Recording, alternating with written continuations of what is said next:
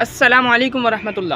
یار کافی عرصے پہلے کی بات ہے کہ میں اپنے ایک دوست کے ساتھ پیدل کہیں جا رہا تھا، تو ایک لڑکا بائک پر کہیں جا رہا تھا، اس نے ہم دونوں کو لفٹ دی۔ اس لڑکے نے پینٹ شرٹ پہنی ہوئی تھی اور فل کٹ میں تھا اور جوتے وغیرہ پہنے ہوئے تھے۔ خیر ہم اس کے ساتھ بیٹھ گئے، جہاں ہمیں جانا تھا ہم وہاں پر پہنچے، ہم بائک سے اترے۔